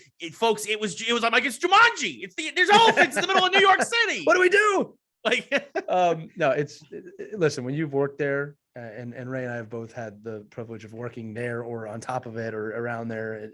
It's a special place. So look, and Ray knows this. I'm an insanely loyal Flyers fan. No one's ever questioned me on that. But my affinity for the Rangers is deeper. I've got a lot of friends there, and I never hated the Rangers growing up because I'll be honest with you, the Rangers were always really bad in my youth. Right? Whenever we were good, you guys were bad, and whenever we were bad, you guys were good. Right. It's really the Devils were the bane of our existence growing up, not the New York Rangers or the Islanders. So I know a lot of the older fans like, how can you like the Flyers? Why isn't around in the 70s when they were killing each other? So Look, I'm pulling for the Rangers big time, and the Carolina Hurricanes. I like both those teams. But yeah, the Rangers are a fun team to watch. You can enjoy watching those games. Yes. And the Flyers are just not a fun team to watch. Flyers setting the franchise record for most losses in a row. I'll be very blunt. And again, anybody trying to jab me, you're not going to get me. And Ray knows this. It's very, very hard to get under my skin with pro sports. But it's time to blow that team up. This is my suggestion. You need to get either a new owner or someone into that franchise from a leadership perspective that knows the team. I've said it before. Rick Tocchet is the right person. Get someone in there that knows the team. And I'm going to say this. I've been very quiet about this for the last few years. It is time to build a team around Carter Hart and blow the rest of it up. And that includes Claude Giroux, who I have immense respect for as captain, as a leader, as a hockey player. But it is time. You have to blow this team up and start from scratch. And it starts with probably Carter Hart and Ivan Provorov, and you build from there. People say, how can you change Giroux? Where's he going to go? He has a no trade clause. I can tell you right now, if the Colorado Avalanche, Carolina Hurricanes, I mean, they probably wouldn't trade him in the same conference. But if a team that's on a cup run wants him, he'll go, and he should. Ray Bourque did it. Yeah, I was going to say Vegas, Colorado, Edmonton. Well, Vegas is not picking up anybody else, but Colorado 100%. LA might be looking for someone. The Kings are on a roll, even though we beat them in overtime last night. The Kings are on a roll, which was a great game too, a real fun game. Yes. But it's time to blow the team up. And here's the thing, I'm sorry, two 10+ losing streaks in one season. That's all the proof I need. And I'm not hating on the team. I'm not. There's a lot of guys on that team that are talented, but that's unacceptable. I'm sorry. That's just unacceptable. We've lost 23, I think, of our last 25. That's unacceptable for any team in the league. All right. Like, we're hanging out with the Kraken right now. Yeah. In fact, I think they might have a better record than us. Goodness. Caitlin in chat says, "Hello, darkness, my old friend." And she's not wrong. Look, it's funny, Caitlin, our producer, has been a Flyers fan for several years now. And the Flyers have just been mediocre during her time as a fan. She's very dedicated, one of the most dedicated Flyers fans I've ever met. But like I've said this, Flyers were a team of winning from 1995 till really 2015. They were in the playoffs every year. They were winners. They just couldn't win the cup. This is I've never seen them this bad in my life. And again, it's time to blow them up. And I'm actually kind of excited for it because you can't get any lower than we're going. It's just, you can't do it. So last time they had to blow up a team, Ray, they came back and made the playoffs next year, and they went on a cup run eventually. So I'm looking forward. Build around Carter. Do not trade Carter Hart. Yeah. Flyers, if you trade another goalie away of that caliber, I'm going to start rethinking things at that point. Do not trade Carter Hart. That's the only rule I have for this rebuild. And I know my rules matter to the Flyers. So that's why I say. Yeah. And also I want to mention Andrew, I mentioned Edmonton, and Andrew's like, Edmonton sucks. Edmonton has 7 games in hand on everybody because of COVID. So even though right now they're technically not in the playoffs, if they were to win those 7 games, they'd actually be winning their division. I'm not going to say they're going to win all 7 of those games they have in hand. Right. But again, there are a few teams there that you need to have. Also, the Western Conference, I think all but 2 of the teams are in it. Like if you look in the East, there's like 1 fringe team on the wild card, and then everyone else is out. Well, that's just it. Edmonton is tied for 7th in their division. 40 points or something? But they're only 4. They got 40 points, but they're only 4 points out of a playoff spot. Yeah, shut up, Edmonton. And they have 7 games in hand. Yeah. It's interesting. If you look at the Western Conference, literally, I think everybody but the Coyotes and the Kraken are in it. I think everybody but those 2 teams. Yes, that is correct. Everybody else is maybe Chicago's starting to fall off a bit, but even they are still within. If you're within 10 points of the last place, well, then Chicago is still in it. They're only 7 back in the last. It's 5 wins, and again, I'm just saying, like that's good. That's good that conference, Eastern Conference. I believe it's 1 team. I think Detroit's right on the outside looking in, and that's it. Everybody else. The Eastern Conference is definitely a lot more top heavy. Oh, like horrible. I mean, here again, and again, I know the Blue Jackets are going to also have a couple games in hand. The Islanders have like 9 games in hand. They're the team that's played the least. But at this point, like even in our division, Washington has 55 points. Columbus has 37. That's the difference between 4 and 5 in our division. That is a big swing. And I there's one last thing on the Flyers. I just realized, Ray. Mm-hmm. Of course.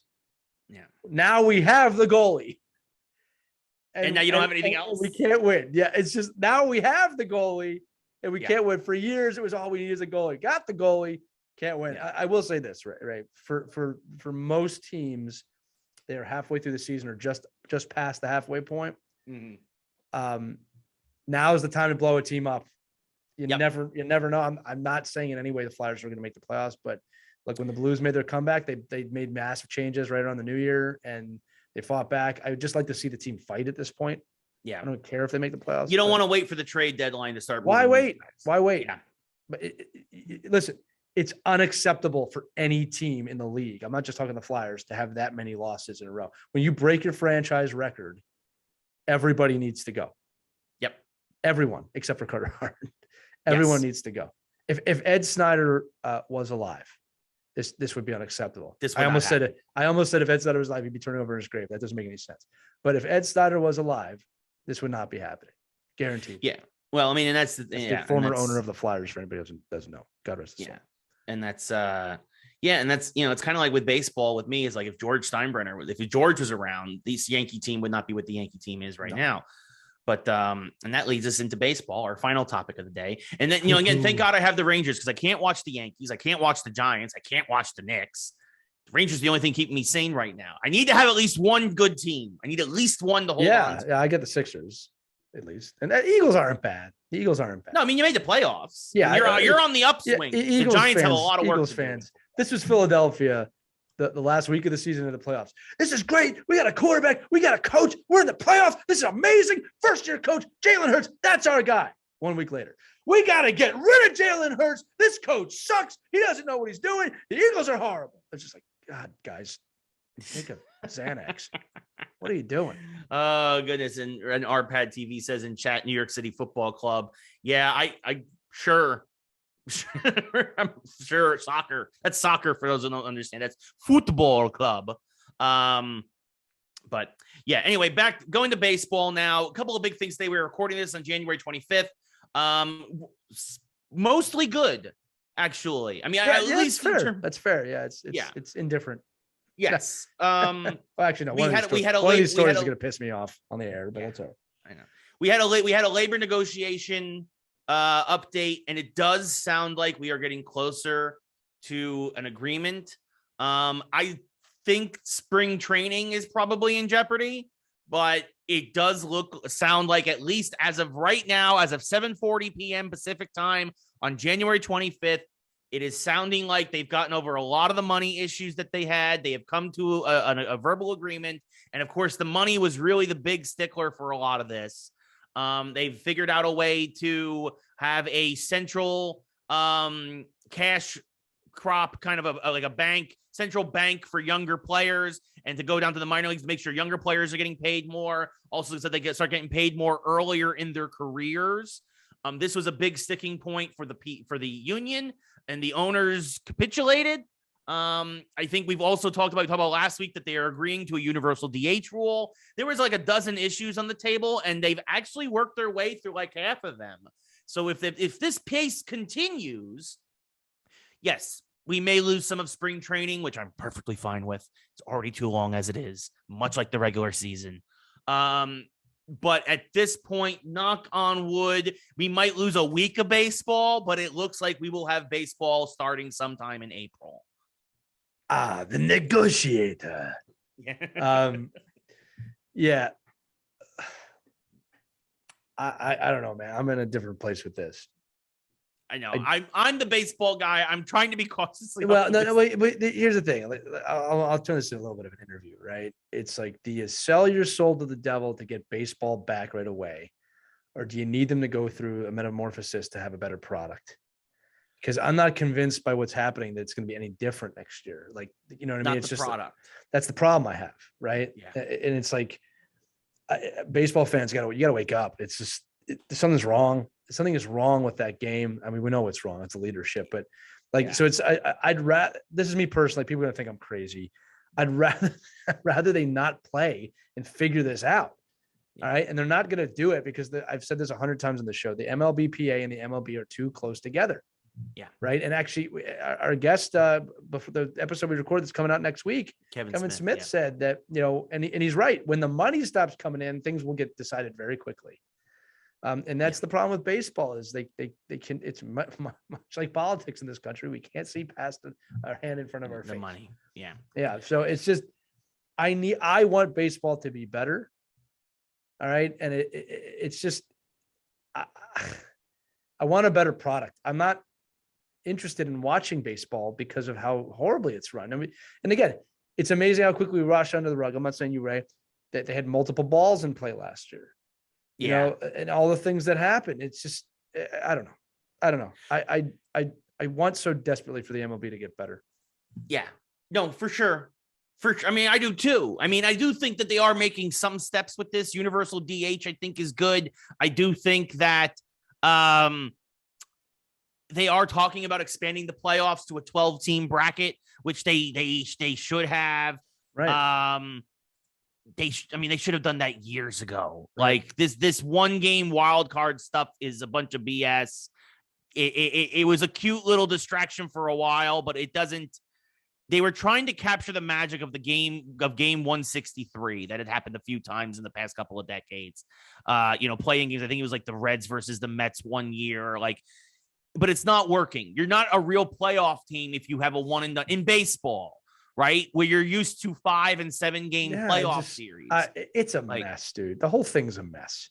Yeah. All right. And it's just, they're selling their soul to the devil. I just don't understand. It's a mess. 1 game play-ins to make the playoff. What are we doing? What is that? It's like participation trophies for me. What are we doing? Earn the right to be in there. What are we doing? Yeah. So I definitely think a proper playoff expansion with proper length series. I think it's a step in the right direction. I can't stand that the league. All the leagues are like, we can't do what the other league does. No, man, go to 16 teams and just do it. Yeah. What's the problem with that? Well, it's not at least 12. At least do what the old NFL did and do 12 and have 2 buys. That's fine too. They're so afraid to copy each other. It's just give me a break. Yeah, well, and especially baseball is resistant to change because it's been around since 1860, right. And you still have this old guard, dictating too many of the rules. Which I'm amazed that for a game that's been around for almost 200 years, that there's still this old guard. And speaking of the old guard, it's always been that way. I know, and it needs to change. And speaking of the old guard only elected 1 man to the Baseball Hall of Fame today. Very deserving, by the way. Yes. And I said this in the pre-show. Part of the reason why he's a first ballot Hall of Famer is because of Edgar Martinez getting elected a couple of years ago, who was really the first primary DH to get in. David Ortiz, first ballot Hall of Famer, 77.9% of the vote. Very deserving. Totally. Not taking that away from David Ortiz. One of the best guys, even as a Yankee fan saying this, who got beat by him way too much. One of the really good guys in the game. Good as a personality. Good for spreading the reach of the game back to his home in the Dominican. Really good dude. Congrats to David Ortiz. Every year I say this. I really wish the Baseball Writers Association of America would just go away. I wish there was a better way to do this. I appreciate the 75% threshold. And I appreciate that in some ways they actually listened this year. Kurt Schilling did not get in. And Ray asked in chat, I think Ortiz being affable had a lot to do with him getting the nod compared to some of these? Yeah. I'll look at it. They said in the 6 columns and critiques about getting into the Hall of Fame, a lot of them has to do with character and integrity. And David Ortiz is a good dude off the field. And I'm sure that finished, that kind of cranked the wrist of a couple of guys to be like, yeah, I'm going to put him in on the first ballot. Because 77.9% is just getting over the threshold. Kurt Schilling lost a lot of votes because he was a jackass. Once he didn't get in last year, Kurt Schilling would have got in this year. I believe that if he didn't come out and say all the crazy stuff he said, but also didn't call out all the writers and be like, you know what? Don't vote for me next year. You want to wait for my last year? Fine, man, dude, go choke on your bloody freaking sock. All right, because now the writers listen to you, and you lost like 15 points on your voting, and now you're going to go to the Veterans Committee. Ray mentions in chat that Schilling's teammates referred to him as table for one. Yeah, the guy's a jackass. It's plain and simple. Not taking away what he did as a pitcher, not taking away what he did on the field, as much as I hate him too, for what he did to the Yankees. But, dude, you want to run your mouth? Well, you got to live with the consequences. But, of course, the big snubs in their final year of eligibility, and this is the thing that a lot of folks are still divided on. That's a problem. Yeah. Yeah. Is Barry Bonds and Roger Clemens. Two guys you can't write the history of the game without. It's like Pete Rose. Think about it. You have the all-time home run leader, hits leader, and Cy Young leader not in the Hall of Fame because of stuff that they did supposedly off the field, and that honestly at this point, especially Pete Rose, should be forgiven. Just to tease the next episode, you need to hear Kevin Smith's thoughts on Pete Rose. I'm not going to tell you here, but when you see that episode next Tuesday, there's a Major League Baseball player talking about it. I thought his thoughts were phenomenal. It's travesty. It's wrong. It's hypocritical. Yeah. I've said it before. I know the writers do this stuff. The MLB was just as involved in this as anyone else. They turned a blind eye to it. Yep. It's hypocritical that these players are not in the Hall of Fame, number one. Number two, this is just more crap from baseball for me, right? You're not going to have your best players in the Hall of Fame. Yeah. It's like, this is going to sound harsh. You know how many NHL Hall of Famers that were just on cocaine? That's NFL a performance-enhancing drug. Lawrence Taylor's in the Hall of Fame. Like what? You guys are a joke. First off, writers, how they gave the moral compass of the Hall of Fame to that group is beyond me. All right. You know who should be picking Hall of Famers? Players. Yeah. Not journalists. No offense. Or like the Oscars, which I also hate. Yeah. It should be a mix. Yeah. Well, I mean, even that in NFL, I'm pretty sure the NFL, if you're in the NFL Hall of Fame, I'm pretty sure you get a vote for the next, you get the vote. That would work too. Hall of Fame. And I'll tell you right now, if that was the case, Pete Rose, Barry Bonds, and the Rocket would all be in the Hall of Fame. Yeah. Horrible. Yeah. Horrible MLB. Just stupid. Fans want it. You know, it's just a joke. I mean, it goes back to what I was saying, right? Like, it's a joke to me. The whole thing is a joke. I don't use that word often. I hate what Major League Baseball is doing to baseball. Yeah. I saw a lot of tweets today and a lot of Instagrams today of like, well, if they don't play baseball, show college baseball, show softball. Yeah. Hell yeah. I'm actually like all for that, dude. I'd rather watch college baseball. Show minor league baseball, because the minors were going to continue on. Like, yeah, I'm serious, dude. Japanese. I don't care. Like, yeah. Like, well, I mean, during the pandemic, I was watching Korean baseball. I remember that on ESPN. Yeah. Yep. I just don't. It's so hard for me, Ray, because it's like I don't want to take the enjoyment away from baseball fans. I understand why people love the MLB, but like as I was saying during the season, it's like an ex-girlfriend. It's like you keep going back to. I don't understand how the fans are not standing up for more, and it's because MLB has you by the guts. I'll say, you know, it's like you love it so much you're blind to all the mistakes they're making. They're killing your game. They're killing it. It's not going to survive the way it's going. Your average fan age goes up every year. That's really, really, really bad. You can't have another home run race because the guys aren't juiced. You're changing your baseballs. Like, what are you doing? Yeah. Get a leader in place.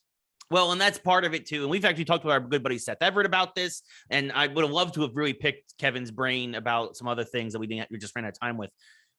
But Rob Manfred's a jerk. Everybody hates him. He's out of touch with everything about the game.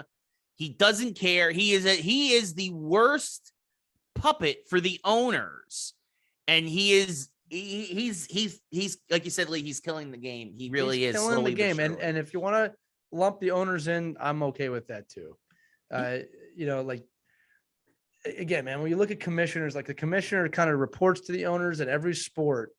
Yeah. But like, this is why I say Gary Bettman has been a great commissioner for hockey overall. If you look at the balance sheet of his work, it's better off now than when he came in. Yes. Goodell is starting to righten the ship right now. I think that the sport took a major dip there, but it's back on track. Yeah. All right. And Adam Silver, I mean, same thing. All right. Like I just don't understand. And again, Ray, again, I've said this again. I'm going to say this. Actually, this is the last time I'm going to say this. No baseball fan, none have ever come back from these comments I'm making with anything. It's just dead silence, right? Which tells me that I'm onto something. It's not about being right here, like that I'm making a point, and that they can't bear to live without baseball. Like, and it's sad for me. It's just sad for me. Yeah. Andrew mentions in chat that A-Rod's off the field actions are Hall of Fame worthy. That's probably true. He only got 35% of the vote. Again, another one of the guys who was very much linked to steroids. And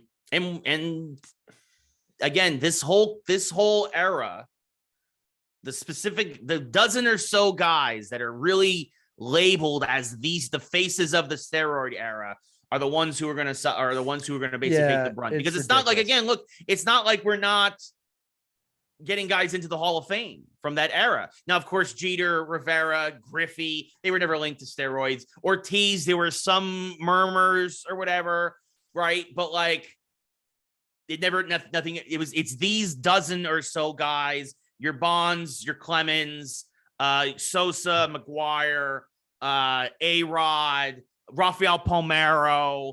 Those are the guys who took this on the chin. And I'll agree that they should be punished. I agree. You don't want to put them in the first ballot. I'm for that. This is like, that's fine. But this is, I said this to Kevin, and I think everybody kind of agreed. So I'm going to repeat it here. Kevin Smith, by the way, our guest coming out next Tuesday. Check that episode out, February 1st. Yes. You're going to love it. They served their 10-year sentence. There needs to be you can't, these should not be life sentences. These should not be life sentences. It's ridiculous. And here's the sad part, Ray. This is my last thought on it. Yeah. They helped the game. Yeah. They saved the game. Saved the game. After the baseball strike of 94, they saved the game. Yeah. And that's why baseball, by the way, turned a blind eye to it until 2003, when folks started to blow the whistle. That's what happened. For those of you who don't know, baseball did have steroid rules in place since 1991. Right. And they ignored them. They never enforced them until 2003, when you had all these, I forget what the farmer bros, I'm just going to call them, come out and reveal that they were shooting these guys up. And to this day, Bonds and Clemens deny. It's not on me to hold their feet to the fire or whatever. It's just BS. It's just, they saved the game, and the game, and then these writers just, oh my goodness, the chest puffing BS that they are, of the power they yield, of the sanctity of the game. It's just another reason to hate that league. And also, and I did watch a little bit of the coverage today, as Bob Costas pointed out, another Hall of Famer, broadcasting Hall of Famer, and I think also in the baseball hall. These guys had Hall of Fame careers before they were accused of steroids. Yeah. Bonds and Clemens would have been in the Hall of Fame before they supposedly taken steroids. Yeah, it's a travesty. It's wrong. It's a stupid travesty, and it's another reason for me not to watch. Yes. All right, moving on now. So real baseball. Now we're going to do some fictional baseball with our mashup. This is another good one from Lee. Of course, we talked about the geek section, a lot of Star Wars. What Star Wars character should be Major League Baseball commissioner? Yeah. This is a good one. It came to my head. It came to my head, and I got my answer right away. As soon as I said, "Oh, I have an answer for this." Yes. I want Commissioner the Hutt to be in charge of Major League Baseball today, put Jabba in charge, commissioner of baseball, all the problems would disappear. All those guys would be in the Hall of Fame, and the people we don't need would just be eaten up by a Rancor. Or a Sarlacc. They throw him into the Sarlacc pit. Yeah, that's fair too. Oh, I can see it right now. The writers come up to the commissioner's office. We want to see Commissioner Hutt. Ne Jabba no Bada. It has to happen. I want Commissioner the Hutt in charge. All right. The best part is he would do his job and just head off to Al Hutta for half the season. As long as he's making profits, he wouldn't care. He's going to do it totally right. Yeah. Totally right. Arpad TV mentions in chat, which was one that I was also thinking of, was Palpatine, Senator Palpatine, Emperor Palpatine. Unlimited power! That's specifically. I was thinking when he first takes the Senate over, and he's like, "I am the Senate." I'm gonna tell you why Jabba is better right now, and you're gonna agree with me. Yeah. You're gonna agree with me because behind Jabba, next to him, his favorite toy is Rob Manfred, frozen in carbonite, and no one's coming to save him. That's also true. No one. That's also true. My favorite. I was also thinking, just for fun, Chewbacca just ripping people's arms off. I mean, he's got to be an owner of one of the teams. That's he's the Yankees. Or Black Chrysanthemum. I guess Black Chrysanthemum, because Chewie would threaten to rip the arms off. Black Chrysanthemum would actually rip. Come here. Yeah. No, just kidding. Listen. Okay, Jabba's my pick. Should do assistant commissioners as well, or team owners. Mm-hmm. Like, I wouldn't want any Skywalkers owning a team. They'd just complain. Oh, they'd be, they would be That's whiny. The Skywalker sound. Yeah. The Skywalkers is the Tampa Bay fan base. That's what the Skywalkers are. I don't think Vader would be a very good owner. He'd flip-flop way too much. No. Shizor would be a great owner. Shizor would be a really good owner. Yep. I'm going through everybody. The bounty hunters, not so much. The bounty hunters would be like, the Miami, like they win a World Series and sell their whole team and just kind of move on with it. Yeah. Lives. So I think Jabba's it. I think Jabba's the one. Jabba for commissioner. Yeah. I mean, Jabba's definitely up there. I mean, in that vein, probably Boba as well. Boba would probably be very, he'd be there. Boba's assistant commissioner. Yeah. What about Lando? Yeah, he'd be a great owner. He'd be a great team owner. Yeah, I mean, he did run Cloud City, so yeah, I mean, he would definitely be up there. He would be a great team owner or head of marketing. Yes. Yeah. MLB2. Well, I was watching over there. I have altered the deal. I ain't crazy about the name though. Yeah. It's Jabba the Hutt. Jabba the Hutt has to run the MLB. He'd be ruthless and awesome, but he's the Hutt we need. Yes. I mean, the dude wants to build Death Star. I mean, come on. It's the evil. I mean, he fits right in with the Yankees. Jabba, good old Jabba. Yes, Jabba the Hutt is definitely up there for sure. Yeah, so that's what we think. There we go. What we want to know though? What you think? So let us know. We got some folks here commenting in Twitch, which we always appreciate. But of course, if you're listening at home, jump into our Facebook group. Let us know there. Or of course, you can always email us. Jabba ruled with fear. I plan to rule with respect. That ain't gonna work. You need the fear to make it work. Put Jabba in charge. Oh goodness. Yeah, no. There's a lot of interesting characters that we could probably get. People probably think Yoda. No. Yoda let the Jedi fall at the height of their power. No. Obi-Wan. No. Maybe a team again. Yeah. None of the Jedi work for me. No, I don't think so. Caitlin says in chat, Grogu. No. No, not yet. Maybe one day. Maybe a few hundred years from now. We're never going to see Grogu get old, ever. Yeah. Unless the last episode of The Mandalorian takes place 800 years in the future. Yeah, no. Grogu. Of Jardin didn't. I must. Yeah. No, Caitlin, we probably ain't going to see an old Grogu. I don't think Grogu is going to live through the. The Temple Massacre. Arpad TV says Qui-Gon. That's actually a very good point. Qui-Gon, who defied the Jedi a lot, would be a good commissioner in a good time. But to get out of this bad time, Jabba the Hutt. There you go. So, all right. That'll do it for us here, folks, for episode 140. We appreciate everybody who tuned in live or, of course, is listening after the fact or watching after the fact. It means a lot to us, as always. Yes, Matt Cavalieri in England, who has made it through this entire episode. And he does text me every week after. Usually it's 7 a.m. like, thanks. Always got a shout. We really appreciate our fans, Matt, Casey, Caitlin. Everybody's on chat tonight. We appreciate every single one of you. Ray, Andrew, everybody else here in chat. Yeah, it's always good to see all If you will, head over to Apple Podcasts, Spotify, wherever you listen. Leave us a positive review. Subscribe. It really does help us. 5 stars. Please, thank you. Buy a t-shirt. If you'd like a t-shirt, I put that into the chat real quick. Boom, there it is. And of course, you can also go to the Discord and join that if you want. Although are the commands working for you, Lee? They're not coming up for me. Well, allow me to check, because if they work for me, how the turn tables. Boom. Of course, my keyboard was not connected, which it needs to be doing to work. And I will find out. Probably not. But anyway, let's end this episode. Let's talk about the post show. Yes, we will talk about on the post show. We'll figure that all out. But yes, thank you all so much for tuning in. Until next time, this has been Geeks Who Like Sports, episode 140. For Lee, I am Ray. Good night, everybody.